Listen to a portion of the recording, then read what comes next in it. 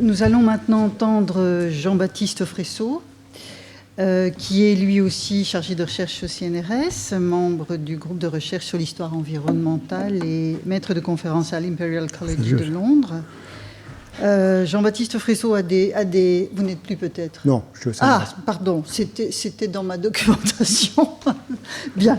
Je veux simplement souligner l'art des titres de notre conférencier de ce matin, L'Apocalypse joyeuse, histoire du risque technologique, ou Les révoltes du ciel, une histoire du changement climatique. Et nous allons l'entendre ce matin parler de matière, énergie, urbanisation, une histoire sans transition. La parole est à vous. Bien. Bonjour, merci tout d'abord pour l'invitation. Alors, la ville du futur. Donc, moi je ne sais pas à quoi ça va ressembler, mais si on en croit Google, voilà à quoi ça va ressembler. Donc, ce sont des gros pâtés de béton, d'acier, de verre. Mais bien sûr, comme il y a du changement climatique et un problème environnemental, il y aura beaucoup de pots de fleurs sur ces bâtiments. Voilà. Alors, on rigole, mais regardez la fiche du colloque. Hein? Pareil. Alors, est-ce que c'est ironique? Je ne sais pas. C'est-à-dire des gros ensembles de béton, d'acier, de verre, mais plus légers qu'une plume verte. C'était provocateur. Alors, en fait, concrètement, la ville du futur, c'est très facile d'y répondre. On sait exactement ce que ça va être. Je n'étais pas là ce matin, donc je suis désolé, peut-être ça a déjà été dit, mais la ville du futur dans les pays riches, c'est la ville d'aujourd'hui, en un peu plus chaud, on espère un peu mieux isolé, et sans doute avec des voitures électriques. Mais globalement, il y a un renouvellement très faible, en fait, des bâtiments. Actuellement, en France, les chiffres montrent qu'en 2050, on a déjà 90% des bâtiments qui seront là en 2050. Donc, pas besoin, si vous voulez, de faire beaucoup de réflexion là-dessus. C'est assez facile. Dans les pays pauvres, c'est différent. Il y a encore une urbanisation très forte. La ville du futur, ça sera une ville qui sera faite en parpaing, en béton. Je crois que ça va être bien présenté plus tard avec Armel qui va nous parler de ça. En tôle ondulée. La tôle ondulée est une technique capitale pour comprendre l'urbanisation présente, passée et future, puisque c'est une des plus grandes techniques en fait, de construction de l'urbain, évidemment, au XXe siècle dans les pays pauvres. Donc, moi, ce qui m'horripile, en fait, c'est le futurisme. Le futurisme, quand on pense à ces questions environnementales, est un vrai travers, en fait. C'est un vrai problème. On a un futurisme technologique omniprésent sur ces questions environnementales, qui fait qu'on ne pose pas les bonnes questions, qui a complètement déformé le débat, en particulier sur le changement climatique, et c'est un vrai problème scientifique, parce que les scientifiques ont une grosse responsabilité là-dedans, et politique. Donc dans un livre qui va apparaître en janvier, excusez-moi pour la publicité, je reviens sur cette question, en fait, à partir de la notion de transition. D'ailleurs, les villes en transition, c'est aussi une sorte de baderne qu'on trouve dans la littérature scientifique et dans le discours politique sur les villes face à l'anthropocène, les villes face au changement climatique. Et je pense que cette notion de transition nous a profondément trompés sur ce qu'il faut faire face au changement climatique. C'est une notion qui a joué un rôle scientifique et politique tout à fait délétère. Alors la notion de transition énergétique, ce dont je vais principalement vous parler aujourd'hui, c'est le futur le plus consensuel qui soit. Face au changement climatique, il faut faire une transition énergétique. C'est le discours des entreprises, c'est le discours des gouvernements, et c'est aussi le discours des experts. Vous prenez le dernier rapport du groupe 3 du GIEC, qui est sorti en mars 2022, transition est à toutes les sauces. Vous avez sur 2900 pages, plus de 4000 fois, au singulier au pluriel, le mot transition. C'est la première fois, dans un rapport du groupe 3 du GIEC, qu'il est question de sobriété, sufficiency. C'est leur 6e rapport. Et quant à la notion de décroissance, elle est encore absente, et c'est dit très clairement, voilà, sur les 3130 scénarios qu'on a expertisés, il n'y en a pas un qui inclut de la décroissance, tout simplement parce qu'on n'a pas soumis de scénario qui inclut de la décroissance au groupe 3 du GIEC. Ça veut dire quand même quelque chose de la discipline économique, me semble-t-il. Alors, ça, c'est une opinion personnelle, j'ai envie de dire, de citoyen. L'expertise ne va pas du tout. Vraiment pas du tout. Maintenant, une question plus qui me concerne en tant que professionnel, c'est quand ces experts nous parlent de l'histoire de l'énergie, qui est présente en fait dans le rapport du groupe 3 du GIEC. Et vous avez ce genre de phrase. La transition énergétique doit avoir lieu plus vite que par le passé. Ou bien une transition bas carbone peut avoir lieu plus vite que par le passé. Alors ça, c'est très bizarre. que, je peux vous dire d'où ça vient précisément, ça vient d'un groupe qui s'appelle les Transition Studies, qui a plaqué en fait sur la question du climat et de la transition énergétique des raisonnements qui marchent plus ou moins bien sur les techniques, des raisonnements substitutionnistes, mais qui marchent très très mal sur les matières et l'énergie. Mais le plus inquiétant au fond, c'est que les experts puissent écrire ça et que ça passe tous les reviewings qui sont mis en place par le GIEC. Parce que, évidemment, vous le savez tous, c'est factuellement faux. C'est-à-dire qu'on n'a jamais consommé autant de tout que maintenant. On n'a jamais consommé autant de pétrole, on n'a jamais consommé autant de gaz, on n'a jamais consommé autant de charbon, on n'a jamais aussi consommé autant de bois. De nos jours, le bois énergie, c'est 2 fois le nucléaire en énergie finale. 60 ans après l'entrée dans l'âge atomique, le bois est beaucoup plus important, en fait, pour l'énergie que le nucléaire. Alors, ce que je vous dis là sur l'énergie, alors il y a évidemment un continent qui, alors ça c'est quelque chose qu'il faut tout de suite préciser, il y a un continent qui paraît un peu différent, c'est l'Europe, où le charbon décroît. Mais ça décroît depuis les années 60, depuis 1962 exactement, et on a encore entre 400 et 500 millions de tonnes de charbon par an qui sont brûlées en Europe. La première puissance industrielle du continent, l'Allemagne, est le leader mondial de la lignite.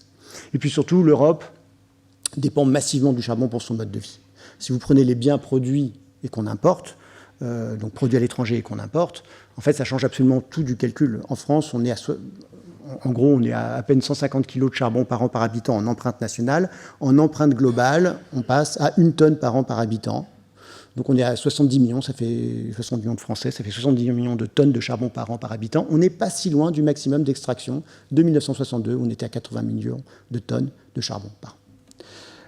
Alors, ce que je vous dis pour l'énergie est vrai, en fait, pour toutes les matières. L'histoire de la matière, c'est une histoire qui est purement cumulative. Toutes les matières croissent. C'est assez simple à la retenir, en fait. Il y a toutes les matières qui croissent. Il y en a une seule qui a diminué au XXe siècle, c'est la laine de mouton. Parce qu'il y a une forme de substitution, là, pour le coup, technologique vis-à-vis des fibres synthétiques, ce qui n'est d'ailleurs pas une bonne nouvelle pour l'environnement. Donc, globalement, l'éventail des matières premières s'accroît et on consomme chacune des matières en quantité supérieure. Donc ça, je crois que c'est un peu le point de départ quand on discute environnement, climat et technologie, c'est que malgré la pléthore d'innovations technologiques, l'inventivité humaine est absolument prodigieuse au XXe siècle. Pensez à toute la chimie de synthèse, etc. Les matières premières ne sont jamais obsolètes. Alors, évidemment, l'urbanisation a à voir là-dedans. C'est sans doute le premier coupable de cette énorme accumulation symbiotique de matières. Et c'est un très bon exemple de non-obsolescence des matériaux. Vous avez devant vous les principaux matériaux de construction. Le XXe siècle est évidemment le grand siècle du béton. Ce n'est pas pour rien qu'en français, urbanisation, on dit bétonisation et c'est devenu un synonyme. Il y a de bonnes raisons à cela. Mais même si le béton s'envole au XXe siècle, c'est assez marquant de voir qu'en fait, alors le verre évidemment augmente, ça c'est assez logique, puisque ça va très bien avec le béton, mais la brique par exemple augmente beaucoup. Il n'y a aucune opposition entre brique et béton. Le bois aussi augmente, tout augmente. Voilà.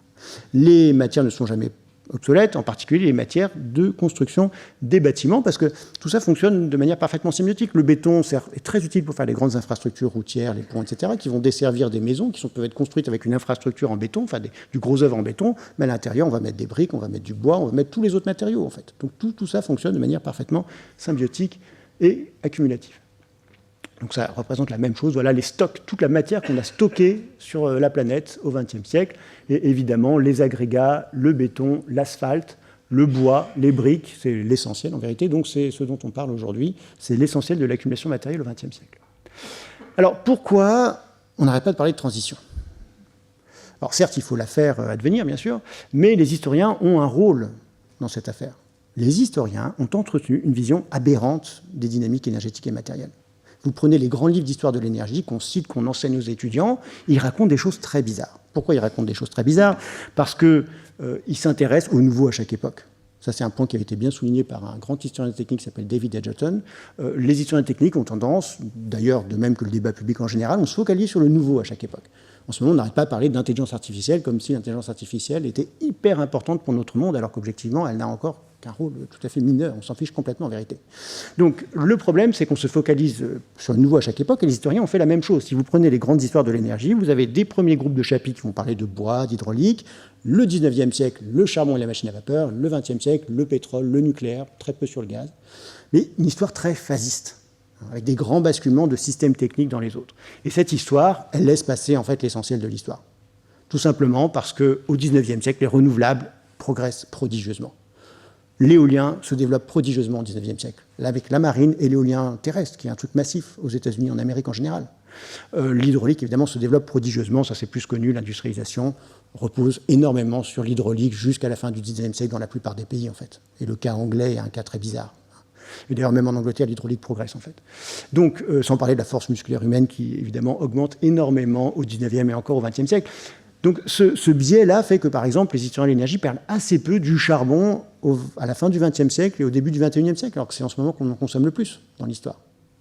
On est peut-être en train de passer le pic du charbon, espérons-le. Alors, quand je vous dis que c'est un vrai souci, si vous regardez, alors c'est un peu plus profond que simplement ce que je vous ai dit. Vous prenez par exemple ce graphique-là qui a été très influent dans l'historiographie, c'est la représentation du mix énergétique anglais depuis le XVIIe jusqu'au XIXe siècle. Et vous avez une représentation d'une forme de transition énergétique avec une explosion du charbon, c'est la consommation par habitant des Anglais en énergie. Et puis vous avez le bois de feu qui disparaît. Alors, c'est une façon de représenter l'histoire de l'énergie, mais elle efface plein de choses.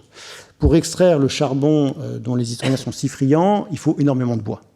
Vraiment beaucoup de bois. L'Angleterre, en 1900, consomme en été 4,5 millions de mètres cubes de bois, donc du bois qui sert à extraire du charbon. Alors, ce n'est pas du bois énergie, mais c'est du bois qui sert à faire de l'énergie quand même. Et 4,5 millions de mètres cubes, il faut le comparer à ce que brûlait l'Angleterre au 18e, début du 19e siècle. C'était 3,5, 3,7 millions de mètres cubes. Donc rien que pour extraire du charbon, l'Angleterre consomme plus de bois qu'elle n'en brûlait directement au XVIIIe siècle. En outre, c'est du bois d'œuvre. Et le bois d'œuvre a besoin de beaucoup plus d'espace forestier, 4, 6 fois plus d'espace forestier que le bois de feu. Donc en fait, l'Angleterre industrielle repose pour son énergie sur 6, 7 fois plus d'espace forestier qu'elle ne le faisait au XVIIIe siècle. Que nos collègues historiens de l'énergie racontent ça comme une transition énergétique, ou pire encore, comme une sortie de l'économie organique, vous voyez le genre de biais de compréhension que ça induit. Alors le cas, donc vous voyez, ça c'est les étais de mines qui arrivent dans le port de Cardiff en 1936, c'est vraiment beaucoup de bois. Alors le cas de l'Angleterre est juste un cas, tous les grands pays industriels consomment énormément d'étais. Le record, c'est l'URSS en 1965. Donc ça continue au XXe siècle, mon histoire, évidemment. L'URSS en 1965, pourquoi ? Parce qu'il y a eu un canal qui a été creusé entre la Volga et le Don, qui permet d'acheminer le bois de Russie centrale dans les mines du Donbass. Et ça change tout pour l'Ukraine, qui d'un seul coup devient un géant du charbon, ce que ce n'était pas auparavant. Et encore en 1992, à la chute de l'Union soviétique, c'est une catastrophe en fait, pour les mineurs du Donbass qui n'ont plus accès à un bois bon marché qu'ils avaient auparavant. Donc l'URSS dépend massivement, les autres grands pays industriels dépendent en fait du bois pour leur énergie jusqu'à tard dans le XXe siècle. Ce que je vous dis sur les mines, ça vaut en fait pour tous les grands systèmes techniques de la révolution industrielle. Les chemins de fer, on aurait dû appeler ça des chemins de bois. Ça consomme, selon les calculs que j'ai faits, 6 fois plus de bois que de fer, en gros, à la fin du XIXe siècle. Et même en valeur. Par exemple, le bois, les traverses, ça coûte plus cher que les locomotives. Voilà. Alors, l'urbain, évidemment, a un rôle majeur dans ces affaires de symbiose. Le bois est partout en ville et croît avec le charbon. Un exemple peu connu, c'est les pavés dans les grandes villes, à Paris, Londres, New York, Broadway. C'est des pavés en bois massivement. De l'ordre de 1/6 de Paris était couvert de pavés en bois à la fin du XIXe siècle. Et alors, ce qui est intéressant, c'est que c'est bien une affaire de symbiose, parce que c'est du bois spécifique, c'est du bois injecté de créosote. Alors la créosote, vous ne savez sans doute pas ce que c'est, mais c'est un truc qui vient du charbon, à partir de la distillation du charbon, et qui rend le bois imputrescible. Et ça change tout. Parce que d'un coup, on peut conserver le bois, ce qui était très compliqué auparavant. Donc grâce au charbon, en fait, le bois se modernise prodigieusement et devient beaucoup plus efficace, utile et résistant. Le problème, c'est que c'est cancérigène, ce produit-là. Alors, la grande symbiose de l'urbanisation, c'est évidemment le lien entre briques et bois.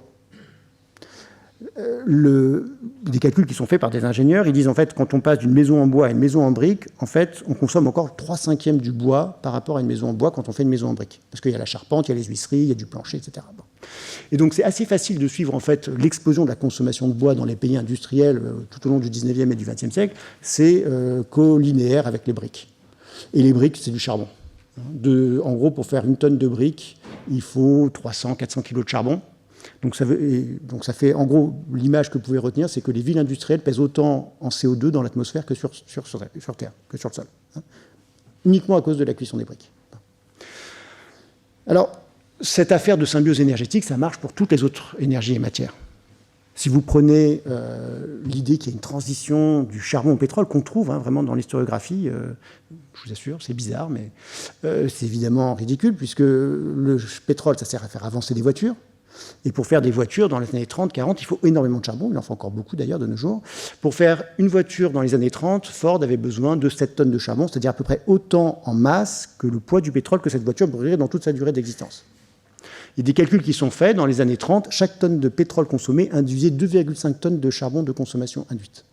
Donc cette idée d'une transition qu'on trouve chez Tim Mitchell, par exemple, un livre qui avait fait grand bruit, mais qui montre en fait qu'il y a une fascination pour les explications matérialistes du politique, mais une sorte de désintérêt de l'histoire matérielle de la production qui fait qu'on écrit des choses très étranges. Alors, évidemment, une fois encore, l'urbain, les routes jouent un rôle clé dans ces symbioses énergétiques. La grande symbiose fondamentale qui se met en place dans les années 20, c'est une symbiose entre charbon, béton, routes, donc des infrastructures publiques, et puis des modes de déplacement privés, la voiture, l'automobile, le camion, qui fonctionnent au pétrole. Cette symbiose, elle commence aux États-Unis dans les années 20 avec la bétonisation des routes. À ce moment-là, les États-Unis produisent les 3/4 des voitures dans le monde et produisent aussi les 2/3 du ciment mondial. La moitié de ce ciment va dans les routes. C'est pas si loin que ça de la Chine dans les années 2000, où ils produisaient la moitié du ciment et la moitié de ce ciment allait dans leurs infrastructures. C'est un peu ce même genre d'ordre de grandeur qu'il faut avoir en tête. Chaque année, la Chine, dans les années 2000, coulait plus de béton que tous les États-Unis au XXe siècle, parce qu'évidemment, la Chine est un beaucoup plus grand pays, mais fondamentalement, c'est à peu près le même poids que ça avait par rapport au reste du monde. Et ce qui est très inquiétant, c'est que l'idée de décarboner ce genre de choses est tout à fait discutable. Si vous prenez une cimenterie en 1920 et une cimenterie en 2020, c'est à peu près la même chose. Il y a eu des progrès, c'est plus gros, c'est un peu plus efficace, mais globalement, c'est la même chose. Si vous prenez les hauts fourneaux, c'est très similaire aussi. Et moi, ce qui me frappe, c'est si vous prenez le rapport du groupe 3 du GIEC, qui vous dit, très bien, on va faire de l'acier à l'hydrogène et on va capter le CO2 du ciment, des cimenteries. Alors, manque de chance, l'acier à l'hydrogène, il faudrait des quantités d'hydrogène tellement énormes qu'on arrive à des chiffres assez impressionnants en termes de renouvelables qu'il faudrait installer pour faire l'hydrogène qui permettrait de réduire l'acier. Si vous prenez le ciment, l'essentiel du ciment est produit dans les pays pauvres. De très loin. La Chine, c'est 7 fois plus que l'Inde. L'Inde, c'est 4 fois plus que les États-Unis. Un pays comme le Nigeria doit produire plus de ciment que l'Angleterre, la France et l'Allemagne réunies. Enfin, c'est à peu près cet ordre de grandeur, quoi. Enfin, dans les pays pauvres qu'on fait beaucoup de ciment, puisque c'est là qu'on fait les infrastructures. Imaginez qu'on va récupérer le CO2 à la sortie des cimenteries dans ces pays-là, c'est vraiment se moquer du monde. C'est pas vrai, on ne le fera pas. Même la Suisse. J'ai discuté avec les gens qui s'occupent de politique climatique en Suisse. Donc Holcim, qui est une très grande entreprise cimentière en Suisse, demande des dizaines de milliards d'euros au gouvernement suisse pour essayer de stocker le CO2 qu'ils produisent rien qu'en Suisse, dans leur cimenterie. Donc imaginez qu'on va faire ça à l'échelle mondiale, surtout dans les pays pauvres, c'est vraiment une sorte de vue de l'esprit, quoi. Alors, et puis surtout, il y a le constat empirique assez basique qui est que l'intensité carbone du ciment stagne et l'intensité carbone de l'acier stagne depuis 30 ans et l'intensité carbone de l'acier je suis fatigué. Celle du ciment augmente parce qu'on fait du ciment de meilleure qualité avec plus de clinker et celle de l'acier stagne depuis 30 ans. Donc c'est vrai que je trouve que vraiment, on parle beaucoup trop légèrement de solutions technologiques quand on regarde un peu le poids et l'inertie des choses. Alors pourquoi je vous parle de ça? Parce qu'évidemment, l'urbanisation est au cœur de cette affaire. L'urbanisation, c'est une bonne partie de l'acier, par exemple. En gros, la moitié de la consommation mondiale d'acier part dans les bâtiments, les infrastructures. C'est de l'acier secondaire, c'est-à-dire on récupère les vieilles voitures, en gros, souvent. Donc l'acier primaire sert à faire les machines, et ensuite l'acier secondaire sert à faire des bâtiments, parce qu'on n'a pas besoin d'acier de très bonne qualité. Alors, je vais passer ça, parce que sinon je vais m'étaler trop. Si, quand même, ça a un rapport avec l'urbanisation, ça. La grande symbiose entre bois et pétrole, c'est aussi encore l'urbanisation avec une modernisation extraordinaire du bois grâce au pétrole. Pensez à tout ce qui est contreplaqué, panneaux de construction, ça, ou même le placo-plâtre qui repose sur le bois puisque c'est du carton. C'est des technologies très basiques, mais qui ont un rôle fondamental dans les gains de productivité dans le bâtiment. Et le bâtiment, c'est un peu le premier secteur économique, en fait, au XVIIIe, au XIXe, au XXe siècle. Moi, je suis horrifié par l'histoire de l'industrialisation, obsédé par le textile, alors que les bâtiments pèsent évidemment beaucoup plus lourd. Et alors là, on a des technologies majeures on n'a à peu près aucune histoire, quoi. Et le bâtiment se modernise prodigieusement grâce à la modernisation du bois, grâce au pétrole. Les trois sont parfaitement liés. Je trouve cette image, voilà, la maison témoin de cette exposition dans le Grand Palais, la maison témoin américaine des nouvelles méthodes de construction modulaires qui reposent sur des panneaux et bien plus moderne que le Grand Palais fait de verre et d'acier, évidemment, et elle est faite en bois. Alors, grâce au pétrole aussi, on a accès à beaucoup plus de bois-énergie. Une des grandes transformations du mix énergétique mondial depuis les années 60, c'est l'explosion du charbon de bois dans les pays pauvres. Ça a été multiplié par 6 en Afrique subsaharienne, par exemple, depuis 1960. C'est la première fois dans l'histoire de l'humanité qu'on a des villes de plus de 10 millions d'habitants qui reposent sur le charbon de bois. Lagos, Kinshasa, Dar es Salaam, plus de 10 millions d'habitants, consomment chacune plus de 2 millions de tonnes de charbon de bois par an. Paris, en 1860, consommait seulement 100 000 tonnes de charbon de bois par an. Toute la sidérurgie française en 1860, c'était 300 000 tonnes de charbon de bois par an. Donc rien qu'une ville, comme Lagos ou Kinshasa, c'est en fait plus de bois qu'un grand pays européen au XIXe siècle, en termes de consommation énergétique de bois. Et pourquoi c'est lié à l'urbanisation? Parce que le charbon de bois est une technologie urbaine.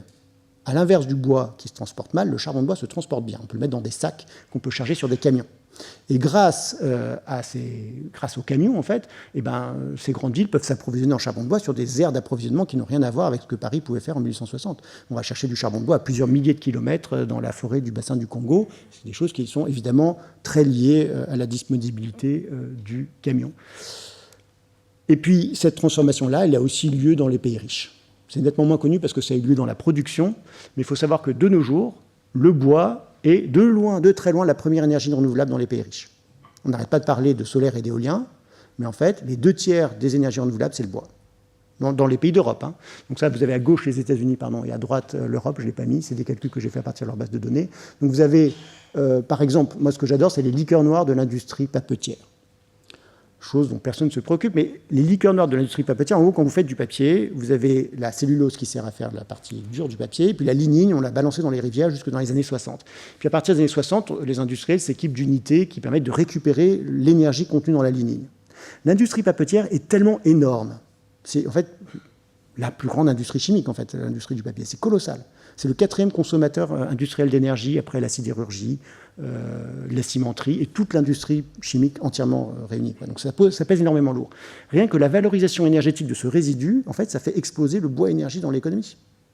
Les liqueurs noires de nos jours, vous voyez, le solaire commence à dépasser les liqueurs noires en Europe et l'éolien a dépassé les liqueurs noires seulement dans les années 2010. Donc, vous voyez, c'est vraiment on a des visions de l'histoire de l'énergie qui sont assez problématiques et qui ne prennent pas en compte ces effets symbiotiques. Parce que pourquoi il y a autant de liqueurs noires? Parce qu'il y a beaucoup de croissance économique, donc beaucoup de biens emballés, donc beaucoup de papeterie, et donc et tout ça repose évidemment sur une croissance économique dopée aux énergies fossiles. Dernier exemple de non-transition, c'est une centrale thermique qui se trouve en Angleterre, la centrale de Drax, qui est assez connue, pas loin de Leeds, qui est une centrale thermique donc au charbon au départ, construite en 1912, qui a été reconvertie à la biomasse. Chaque année, elle brûle 10-12 millions de tonnes de bois. C'est en gros 5-6 fois, ça dépend des années, donc c'est compliqué à dire, mais c'est plusieurs fois ce que l'Angleterre brûlait au XVIIIe siècle, au moins 4 fois. Bon. Donc, après 2 siècles de transition énergétique, on arrive au beau résultat que l'Angleterre, pays princeps de la transition énergétique, en fait, utilise beaucoup plus de bois pour son énergie qu'elle ne le faisait en 1750. Et tout ça pour faire seulement 1,5% de son énergie actuelle. Donc en fait, ça montre, cet exemple-là qui est vraiment un peu archétypique, montre l'inanité d'imaginer nourrir à la biomasse un monde économique qui a été construit par et pour les fossiles. Et pourtant, vous trouverez ça partout. Hein. L'aviation, c'est compliqué à décarboner. Ah bah très bien, on va faire des Sustainable Aviation Fuels à partir d'huile. Alors l'huile, on en produit en France 2,3 millions de tonnes par an. Les kérosènes, on en consomme au moins 7 millions de tonnes par an. Donc il faudrait déjà quadrupler la production française d'oléagineux avant de commencer à parler de ça, quoi. Alors d'où ça vient cette affaire de transition énergétique? Parce que vous aurez compris, sincèrement, je ne pense pas que les historiens, en regardant les chiffres et ça, auraient naturellement parlé de transition énergétique. S'ils l'ont fait, c'est parce qu'ils ont voulu parler le langage des experts. Ils ont voulu parler le langage des technocrates des années 70. Alors d'où ça vient cette affaire de transition? D'abord, c'est récent. Dans l'essentiel des réflexions sur les dynamiques énergétiques qui sont courantes depuis la fin du 19e siècle, on ne parle jamais de transition avant les années 60-70, enfin même 70 en réalité. Donc ça, c'est par exemple une futurologie américaine de 72 faite par un promoteur du solaire. Bah pour lui, tout va croître. Hein, il n'y a pas de raison que le futur soit très différent du passé et du présent, puisque dans le passé et dans le présent, tout avait cru ensemble, tout va croître dans le futur. Il y aura du nucléaire, il y aura du solaire, il y aura des surgénérateurs, il y aura du pétrole, il y aura du charbon, il y aura du bois, il y aura tout. Il y a de la place pour tout le monde. Et la transition énergétique, ça vient d'un groupe très spécifique d'experts de l'énergie, très différent des autres. Ce sont des savants atomistes. Ils étaient au projet Manhattan. Ils étaient même dans un laboratoire bien particulier qui était le Met Lab de Chicago, là où il y avait Enrico Fermi. Et c'est dans ce laboratoire-là que sont faits les premiers calculs qui montrent le rendement absolument extraordinaire de la surgénération nucléaire. C'est même pas tant le nucléaire tel qu'on le connaît actuellement, la fission, mais la surgénération. Et les calculs les rendements sont tellement extraordinaires qu'on pourrait même aller récupérer l'uranium dissous dans les océans. Ça, c'est un point important parce qu'à cette époque, on ne pense pas qu'il y a tant d'uranium que ça. Et donc, c'est très important d'aller récupérer les derniers atomes d'uranium qui peuvent rester. Et donc, il y a une sorte c'est Alvin Weinberg qui raconte dans son autobiographie, il y a une sorte d'enthousiasme, d'excitation. Ils pensent qu'ils ont découvert en fait la clé de la survie de l'humanité. Alors pourquoi le surgénérateur est la clé de la survie de l'humanité? Parce que ce sont aussi des néo-malthusiens. Ils sont obsédés par la question de la croissance démographique et de l'épuisement des ressources. Alors d'ailleurs, quand vous écoutez transition énergétique, donc energy transition, en fait vous entendez un terme de physique nucléaire. Au départ, c'est un électron qui change d'état autour de son noyau. Et vous entendez aussi un mot qui est très fortement influencé par la transition démographique, qui était le grand thème des néo-malthusiens américains des années 60. Le terme, lui, date de 1945, un article d'un sociologue, Kingsley Davis. Mais vraiment, quand Harrison Brown, qui est celui qui invente ce mot-là, transition énergétique, l'emploie, il fait référence à ces deux choses, très clairement. À l'atome, comme manière de sortir du problème démographique, parce que l'atome permettra d'augmenter la capacité de charge de la planète. Si vous avez les surgénérateurs nucléaires, une énergie quasi infinie, alors vous pouvez faire des choses formidables. Vous pouvez dessaler l'eau des océans, produire des engrais azotés en masse, vous pouvez même aller récupérer le phosphore dissous dans les océans, et donc vous pouvez fertiliser d'immenses zones arides de la planète. Donc c'est ce genre de réflexion qui nourrissent un peu cette idée, oui, que le surgénérateur, en fait, c'est vraiment la clé de survie de l'humanité, c'est vraiment présenté comme ça. Alors, un acteur important qui n'est pas directement un savant atomiste dans cette affaire de généalogie de la transition énergétique, mais qui est recruté par l'Atomic Energy Commission en 1955, c'est Marion King Hubbert. Marion King Hubbert, théoricien du peak oil, très grand géologue, employé de la Shell dans les années 50. En 1955, il est recruté par l'AEC. Et en fait, tous ces papiers sur le pic pétrolier et même le pic fossile, c'est en fait un argument de promotion du nucléaire. Il écrit les rapports de l'AEC qui sont directement remis à John Fitzgerald Kennedy pour dire « donnez-nous de l'argent ». Pourquoi ces savants atomistes s'intéressent à ce genre de questions? Parce que, en fait, en gros, les économistes américains avaient montré à quel point le nucléaire ne serait pas compétitif vis-à-vis des fossiles. Ce sera très compliqué, il y a des risques de développement considérables. Même un président de l'AEC sous Eisenhower dit « économiquement, on n'a pas besoin du nucléaire ». Vraiment. Et donc, ça les horripile. Que leur grande invention soit comme ça, présentée comme une sorte de gadget qui coûte cher, ça les horripile. Et ils disent non, c'est en fait une question de survie, une question existentielle. L'enjeu, c'est pas que le nucléaire soit compétitif face au charbon tant qu'il y a du charbon, c'est qu'il y ait le nucléaire quand il n'y aura plus de charbon. Et donc, par exemple, vous avez là deux représentations de transition énergétique, enfin une représentation de transition énergétique, mais si vous regardez bien le graphique du bas, c'est un graphique assez extraordinaire, qui a eu beaucoup d'influence dans la réflexion sur l'énergie au XXe siècle. C'est l'histoire de l'humanité sur 10 000 ans. C'est rare de faire ça. À part, évidemment, nos collègues antiquisants, c'est assez rare qu'on se préoccupe d'échelles temporelles comme ça, ou même préhistoriens. C'est rare. Bon. Et en fait, c'est parce que, évidemment, vous mettez tous les fossiles sur 10 000 ans, c'est pas grand-chose. Ça fait un frêle pic en comparaison de l'immense plateau énergétique auquel permet d'accéder le surgénérateur nucléaire. Maintenant, si vous regardez attentivement le graphique du bas, vous verrez que la fin des fossiles, donc du charbon, du pétrole, du gaz, de tout, dans le monde entier, pour Marion King Hubbert, ça aura lieu dans plus de 400 ans. Donc, en gros, au 24e ou 25e siècle. Donc ça, je voudrais vraiment insister sur ce point, c'est que les inventeurs de la transition énergétique, les savants atomistes, ils la pensent comme quelque chose de très progressif, qui aura lieu dans très longtemps, qui concerne surtout les pays riches qui développeront le nucléaire, et puis qui sera poussé par le renchérissement des fossiles, et donc par le fait que, oui, on va faire une transition un peu contraint forcée par les prix. Le vrai scandale scientifique et politique, c'est qu'on a utilisé ce type-là de raisonnement phasiste sur l'énergie face à la question du changement climatique, qui n'a absolument rien à voir. Puisque là, la transition, il ne faut pas la faire dans 4 siècles, mais dans 4 décennies. Elle va se faire alors qu'on a pléthore de fossiles sous les pieds, que ça ne coûte pas cher, et en plus, il faut que ça soit à l'échelle globale. Alors qu'eux, ils raisonnaient surtout pour les pays riches. Alors comment ce scandale, je crois qu'il faut bien le dire, ce transfert d'une futurologie qui n'était pas du tout adaptée à un problème beaucoup plus sérieux que l'épuisement des fossiles a eu lieu. Alors, il y a eu plusieurs étapes. Première étape, c'est la crise énergétique de 1973. C'est à partir de ce moment-là, on se met à parler de crise énergétique, Et face à la crise énergétique, il faut faire une transition énergétique. Un des premiers à employer le terme de transition énergétique dans l'espace public, c'est un président américain, c'est Jimmy Carter, qui fait un grand discours sur la transition énergétique en 1977. Je vais passer ça. Le deuxième, des gens qui sont très friands de transition énergétique, c'est les pétroliers dans les années, début des années 80, quand on commence à parler de changement climatique. Ils disent, oui, évidemment, il y a du changement climatique, c'est bien connu, c'est une théorie, l'effet de serre, c'est assez basique, hein, c'est la physique du 19e siècle. La vraie question, c'est qu'est-ce qui aura lieu plus tôt, la catastrophe climatique ou la transition énergétique? Et la transition énergétique est parfaite pour expliquer qu'en fait, ça va prendre 50 ans, et donc on va éviter le pire, puisqu'on sera sorti des fossiles avant 50 ans, heureusement. Ben, voilà. Alors, il faut savoir que quand Edward David, qui est le président de la R&D d'Exxon, explique ça aux climatologues, il ment éhontément, parce que 2 mois après, il est à Pékin, il dit la grande énergie du 21e siècle, c'est le charbon. Et le troisième groupe de responsables, c'est les économistes, ou certains économistes, pour être charitable avec nos collègues, mais qui ont joué un rôle très très problématique dans cette affaire. William Nordhaus, prix Nobel d'économie pour ses travaux sur le changement climatique. À mon avis, la discipline économique ne devrait jamais se relever de ce prix Nobel-là. Nordhaus explique scientifiquement que surtout face au changement climatique, il est urgent de ne rien faire. Alors ce qui est intéressant, c'est qu'en fait, pourquoi il y a ce transfert de modèle? Parce que les mêmes experts qui étaient actifs dans les années 70 et qui ont réfléchi sur la crise énergétique, ce sont eux qui s'emparent de la question du changement climatique. C'est les mêmes, c'est des économistes de l'énergie. Et Nordhaus, en 73, il fait un papier très intéressant où il dit, donc on est en plein choc pétrolier, il dit surtout, ça ne sert à rien de faire de la conservation de pétrole, parce que d'ici l'an 2000, il y aura le surgénérateur. Et donc en fait, autant y aller franco, quoi. Autant profiter de cette super énergie qu'est le pétrole, parce que dans l'an 2000, ça ne vaudra plus grand-chose, parce qu'on aura une énergie encore mieux. Et il appelle ça une backstop technology. 2 ans plus tard, il fait ses premiers travaux sur le changement climatique et il applique exactement le même raisonnement. Ça sera beaucoup plus simple de faire la transition plus tard. Ne faisons pas d'efforts maintenant, parce que d'ici la fin du XXe siècle, on aura des technologies tellement supérieures que ça ne sert à rien de faire des efforts maintenant. Voilà. Et puis, je pense qu'en fait, cette affaire de transition, c'est surtout en fait, un argument de politique internationale pour les États-Unis. Ça, c'est des discussions qu'on retrouve dans les archives entre le Chief of Staff de George Bush père et le chef du groupe 3 du GIEC, qui s'appelle Robert Einstein, qui est aussi le négociateur en chef des États-Unis avant la conférence de Rio de 1992.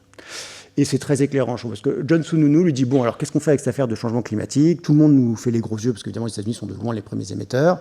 Alors, voilà. Bon, ben, je me suis rappelé à l'ordre aussi par mon truc, je finis tout de suite.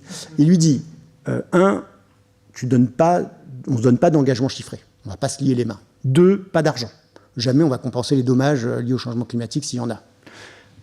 Et 3, play the technology card. Joue la carte technologique. Et ça fait entièrement sens pour les puissances industrielles, en particulier aux États-Unis qui sont les premiers émetteurs, mais aussi de loin, enfin, la première puissance technologique, de faire miroiter des grandes technologies de transition décarbonée qui nous permettront d'éviter la catastrophe.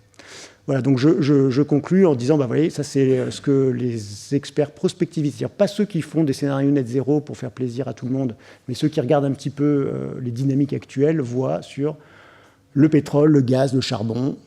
Voilà. On n'est pas du tout sur des trajectoires de transition. Mais alors pas du tout. Donc la transition énergétique, ça a projeté un passé qui n'existe pas sur un futur qui reste encore largement fantomatique. Ça nous a empêché de poser les questions qui fâchent, à savoir la répartition, le niveau de production. Je vous remercie pour votre intérêt.